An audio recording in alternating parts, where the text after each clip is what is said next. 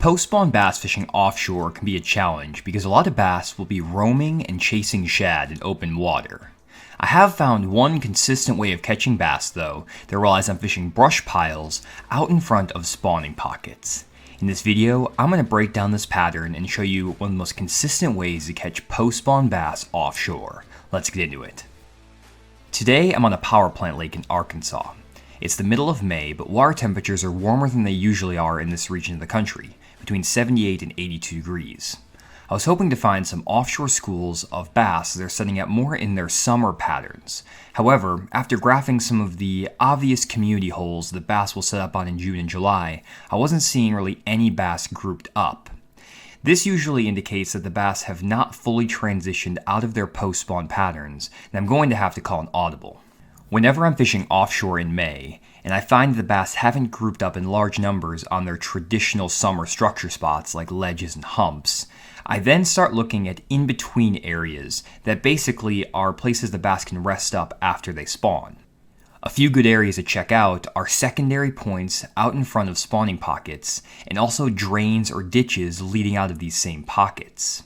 Over the years, I've found that whenever bass are in that post-spawn mood and are living offshore, they basically exhibit two different behaviors. The first is chasing shad in open water. These bass are roaming around over deeper water and are very tricky to track down.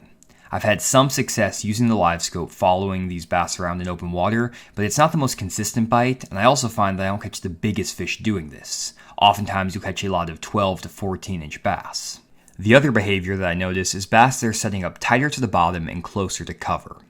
A lot of these bass are recovering from the spawn, so they're going to be either belly on the bottom in the center of pockets or coves, or they're going to be setting up around hard structure and cover offshore like rock piles and brush piles and feeding on bluegill that are actually getting ready to spawn throughout the summer. Today I decided to target the bass that are setting up closer to the bottom and to cover.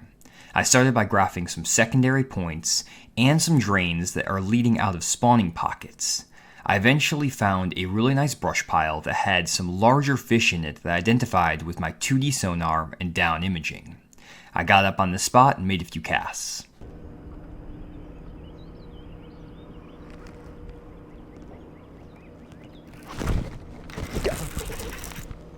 Good one.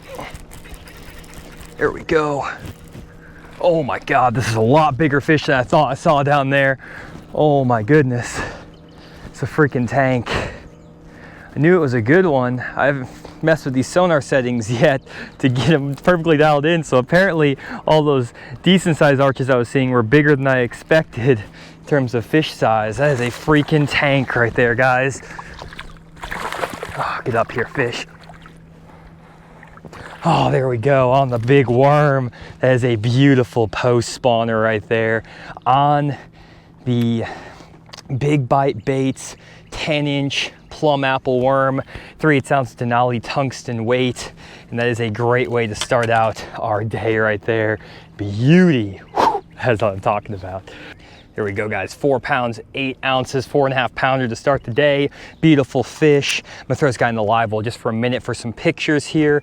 I'm gonna take a couple pictures and then put them right back. So throw this guy in the live well and then we're gonna get back after it. There we go, guys. Got that fish on a big 10-inch worm. This is a plum apple Big Bite Baits 10-inch worm with a 5/0 Gamakatsu round bend worm hook and a 3/8 ounce Denali tungsten slip sinker. Just Texas rigging this bait. I'm literally shaking right now. Shouldn't be shaking that bad from like a 4.5 pounder, but it always happens to me, guys. I just love fishing. I can't help myself. And just got that fish on a Denali 7'4" medium heavy power worm and jig rod. This is the Lithium Pro model with a Black Max reel and 16-pound Sunline FC Sniper fluorocarbon.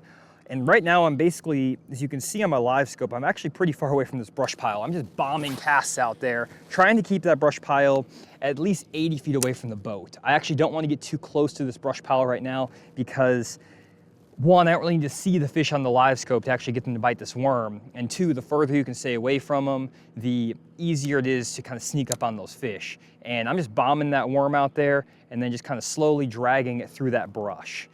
After catching my first fish, I graphed a few more points without seeing any more better quality fish around the brush. I then moved to a new area that had a drain leading out of a spawning pocket, where I found a few pieces of isolated cover that had some fish on them. As lakes receive more fishing pressure and more anglers fish offshore, I found that bass will start to get a little bit wary of the sound of electronics and the sound of your trolling motor.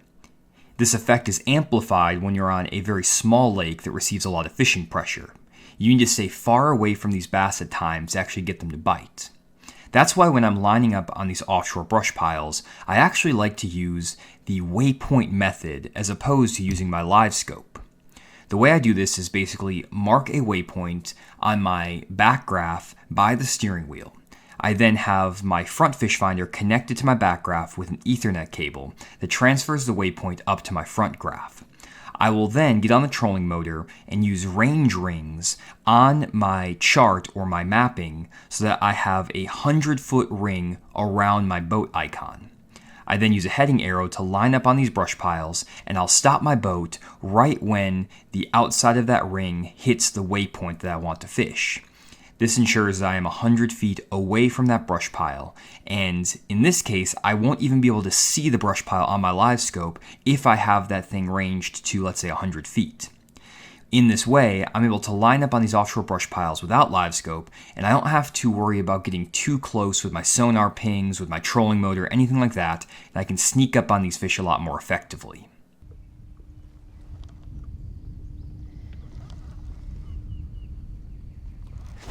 Got him. Good one.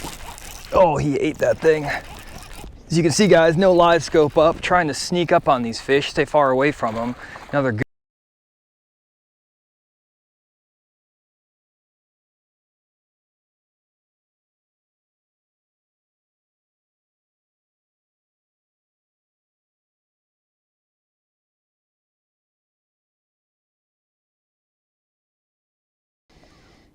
2 pounds, 2 ounces. I mean, nothing crazy, guys, but we're getting our limit filled out. Slow and steady wins the race when you're out here fishing this time of the year. I have 2 fish for almost 7 pounds. That first one really helped me out there on my average, but beautiful fish. We're getting back down the lake. I fished around this area for a little longer and then checked several other areas for brush piles that had fish. I graphed a lot of different areas but didn't see any better quality fish on my electronics. Therefore, I returned to the first brush pile where I caught my 4.5 pounder to see if I could get another bite. However, this time I changed my boat positioning to get a different angle on this spot. Instead of setting up on the right side of the point, I set up more towards the bank and on the left side so I could bring my bait from an opposite direction and uphill. A lot of times, by changing your boat positioning on these offshore areas, you can present the bait in a different way and generate additional bites on the same spot you've been fishing multiple times throughout the day.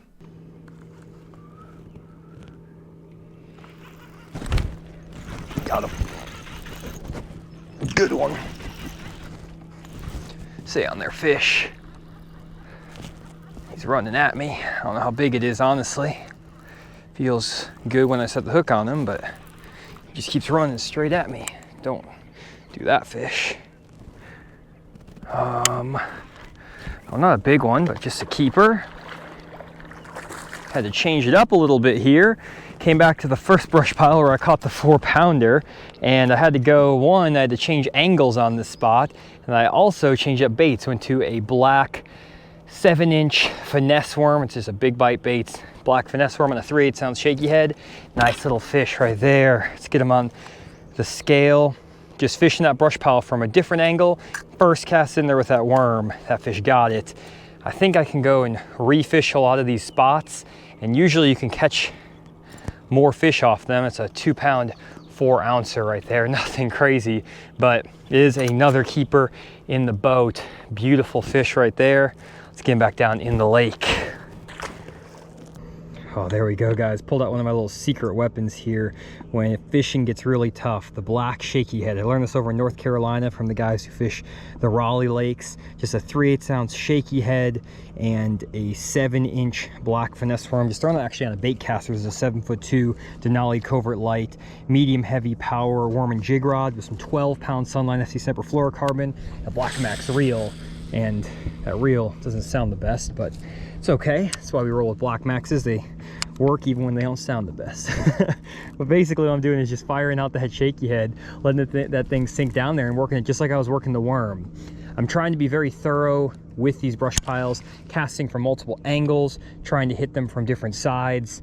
I was on the other side earlier actually casting out that direction, and now I'm kind of crisscrossing the point again, kind of sitting a little bit shallower, bring it uphill and from the opposite side. And sometimes when you're on these brush piles, just changing the side of the brush pile you're on, changing up your bait, a few things like that can make a big difference.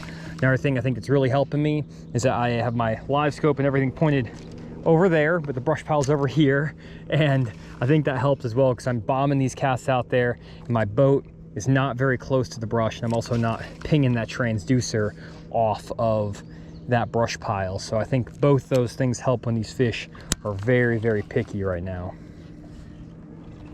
After catching my third fish, I was pretty much out of new areas to check. I'd graphed almost every single point, and while I had found several brush piles, I didn't see any that had better quality fish. However, at this point, I just needed to put some fish in the boat, so I started to run some of these brush piles that I knew didn't have big fish in them, but I thought maybe I could catch a couple keepers out of. Got him. There we go. That was cool. Came up out of that brush pile and absolutely hammered that swim bait. Oh my gosh, that's a cool bite. Nice. Got that fish on a prototype swim bait hook here from Core Tackle. You're probably tired of hearing me saying that at this point, but man, that fish came up, absolutely choked that deal right there. That is awesome. 5.8 Kitech swim bait on a 3/4 ounce prototype swim bait head that we have out for Core Tackle. Man, that is awesome. You watch that all on live scope. He came up with a bunch of fish and absolutely crushed that thing. Here we go, 1 pound, 15 ounces. Not a big one, but it is a keeper, and that is a nice bite right there. Beautiful post-spawn fish. Puts us at 10 pounds, 14 ounces. Just 1 4-pounder, and we're right there, guys.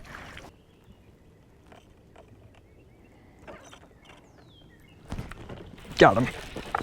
There we go. The brush pile here. Good one. Didn't actually even see that fish bite it. I just was reeling that thing over the top of this brush pile, and that is a good one on the big old swim bait.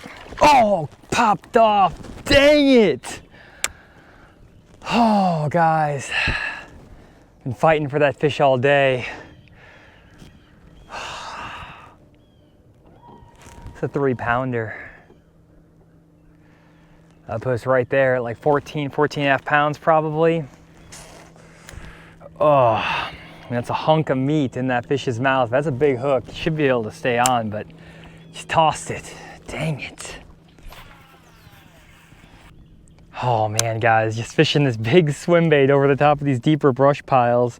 You can see down here on the live scope, there are a few fish. I didn't even see that fish on the live scope, to be honest, though. I was just firing up at the waypoint, and he came up and grabbed it. I was just reeling that thing slow over the top of that pile. I thought I set the hook good on him. Man, that is a bummer, because that was a good one. That was one of the right kind. There's not a ton of good ones, it feels like, out here in these brush piles right now for whatever reason, but when you get around one, they seem to want to eat it. But man, that is a heartbreaker right there. And that's it for this video, guys. It's a bummer to end my day on a lost fish, and honestly I didn't find that many better quality fish around these brush piles. So in hindsight, it may have been better to chase some of those bass that were schooling on shad out in open water. But hindsight's always 20/20, and it's something that I can take into account next time. But hopefully you learned something new in this video and can take some of the things that I've taught here and apply it on your lake. Leave a comment down below letting me know if you liked the video, and other than that, we'll see you all in the next video.